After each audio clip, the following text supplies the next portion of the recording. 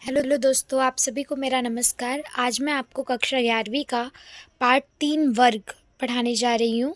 इसमें हम कुछ महत्वपूर्ण बिंदु जैसा कि मैंने आपको हर वीडियो में बताया कि हम बस इसमें सिर्फ़ और सिर्फ पूरे चैप्टर का एक सार जैसे समरी होती है वो पढ़ रहे हैं। पर आपको खुद भी पता है कि इतिहास में जो क्वेश्चन आते हैं वो 8-8 नंबर के आते हैं। तो जब बड़े क्वेश्चन है तो आपको उस हिसाब से उसको विस्तृत रूप में भी लिखना होता है। इसलिए इसमें से आपको उसका अंदाज़ा मिल पाएगा, पर लिखने के लिए ज़्यादा से ज़्यादा लिखने के लिए आपको डीपली गहराई से इन चीज़ों का अध्ययन करना पड़ेगा। यूरोप इतिहास की जानकारी। तो पहला बिंदु है यूरोप के इतिहास की जानकारी के स्रोत क्या हैं, यानी हमें यूरोप के इतिहास के बारे में जानकारी कहाँ कहाँ से मिलती है। तो कुछ तो भूस्वामियों के विवरण हैं, जो उस टाइम के ज़मींदार वगैरह रहा करते थे, तो उन्होंने जो भी समझौते वगैरह किए होंगे उनके विवरण से जानकारी मिलती है। कुछ मूल्य विधि के मुकदमे के दस्तावेज जो हैं उनसे मिलती है, जैसे कि चर्च में मिलने वाले जन्म, मृत्यु, विवाह के आलेख। चर्च से प्राप्त बहुत सारे अभिलेखों ने व्यापारिक संस्थाओं, गीत और कहानियों द्वारा त्यौहार व सामुदायिक गतिविधियों का बोध कराया है। तो इन सभी चीज़ों से हमें वहाँ के अभिलेखों से, जन्म, मृत्यु, विवाह के जो आलेख थे उनसे, गीत, कहानी, इन सब के माध्यम से हमें वहाँ के बारे में जानकारी, यूरोप के इतिहास की जानकारी मिलती है। सामंतवाद जो था उस टाइम का एक तरह के कृषि उत्पादन को दिखाता है, जो सामंतों और कृषकों के संबंधों पर ही आधारित था। कृषक लॉर्ड को श्रम सेवा प्रदान करते थे और बदले में वे उन्हें सैनिक सुरक्षा दिया करते थे। यानी जो कृषक थे वो लॉर्ड को तो श्रम सेवा प्रदान करते थे और बदले में वे उन्हें क्या करते थे, सैनिक सुरक्षा देते थे। सामंतवाद शब्द जो होता था, ये जो शब्द था वो जर्मन शब्द फ्यूड से बना था। फ्यूड का मतलब होता था भूमि का टुकड़ा। तो सामंतवाद सबसे पहले सर्वप्रथम सामंतवाद पर काम करने वाले जो व्यक्ति हैं, जिन्होंने बताया सामंतवाद के बारे में थोड़ी और जानकारी दी, वो थे फ्रांसीसी विद्वान मार्क ब्लॉक। कौन थे वो? फ्रांसीसी विद्वान मार्क ब्लॉक थे और उन्हीं के द्वारा भूगोल के महत्व पर आधारित मानव इतिहास को गढ़ने पर जोर दिया गया, जिससे कि लोगों के व्यवहार और रुख को समझा जा सके।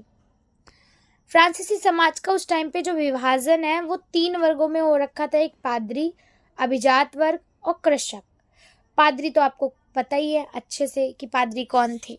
दूसरा है अभिजात वर्ग और तीसरे हैं कृषक। किसान भी 2 तरह के थे, एक तो कृषक किसान और एक थे कृषि दास या फिर।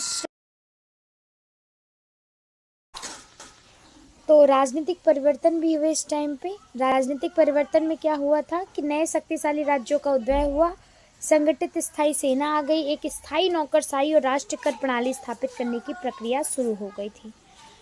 लास्ट पॉइंट, नई शासन व्यवस्था पुरानी व्यवस्था से बहुत अलग थी। शासक अब पिरामिड के शिखर पर नहीं था, बल्कि जहां राज भक्ति, विश्वास और आपसी निर्भरता पर टिकी थी, वह अब व्यापक दरबारी समाज और आश्रयदाता अनुयायी तंत्र का केंद्र बिंदु बन गया था, जो राजा था। एक बारी ऊपर से समझ लेते हैं इस चैप्टर में हमने क्या क्या समझा है इसके अंतर्गत।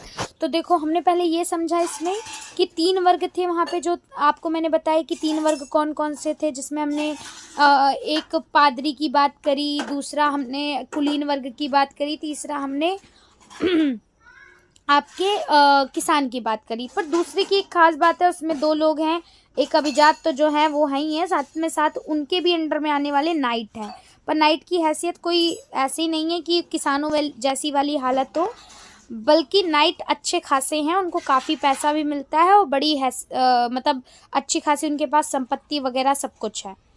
और दूसरे नंबर पर फिर किसान देखा, सबसे जो किसी की दयनीय स्थिति है वो है किसानों की, क्योंकि वो बेचारे बहुत मेहनत करते हैं, उनके साथ और भी कई सारे जुल्म किए जाते हैं। उन्हें अपना यहाँ तक कि विवाह करने की भी परमिशन अभिजात वर्ग के लॉर्डों से मिलती है और उनकी ज़मीन पे उन्हें काम करना पड़ता है। उनके बच्चों को भी वो एक बंधुआ मजदूर बन जाते हैं उनके।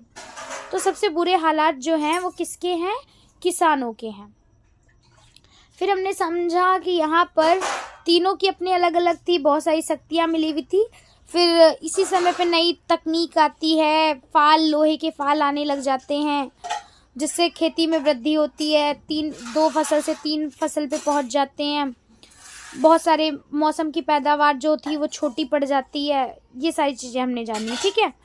उसके बाद हमने ये जाना कि जो इस टाइम पे 14वीं सदी का संकट, जो कि महत्वपूर्ण मतलब कि प्रश्न है जो आ सकता है पेपर में, तो उसमें प्लेग की महामारी आ जाती है। जो काली मौत वो व्यापार के जरिए ही आती है, प्लेग की महामारी वो आई। और दूसरा क्या है आपका, प्लेग की महामारी आई। दूसरा ये कि इसी समय पे बहुत सारी ना पशुओं की मृत्यु हो गई थी। मौसम जो था एकदम अकाल पड़ गया, खेती अच्छी हो नहीं रही थी, तो जिसकी वजह से बहुत सारे पशुओं की अकाल पड़ा, पशुओं की मृत्यु हुई। और जनसंख्या तो जो सो बहुत बड़ा असर ये पड़ा कि इस टाइम पे प्लेग की महामारी के आने की वजह से बहुत सारी जनसंख्या घट गई, बहुत सारे लोगों की मृत्यु हो गई उस प्लेग की महामारी के कारण। और तीसरा ये कि चांदी की खान में कमी आने लग गई, तो चांदी में गिरावट आ गई।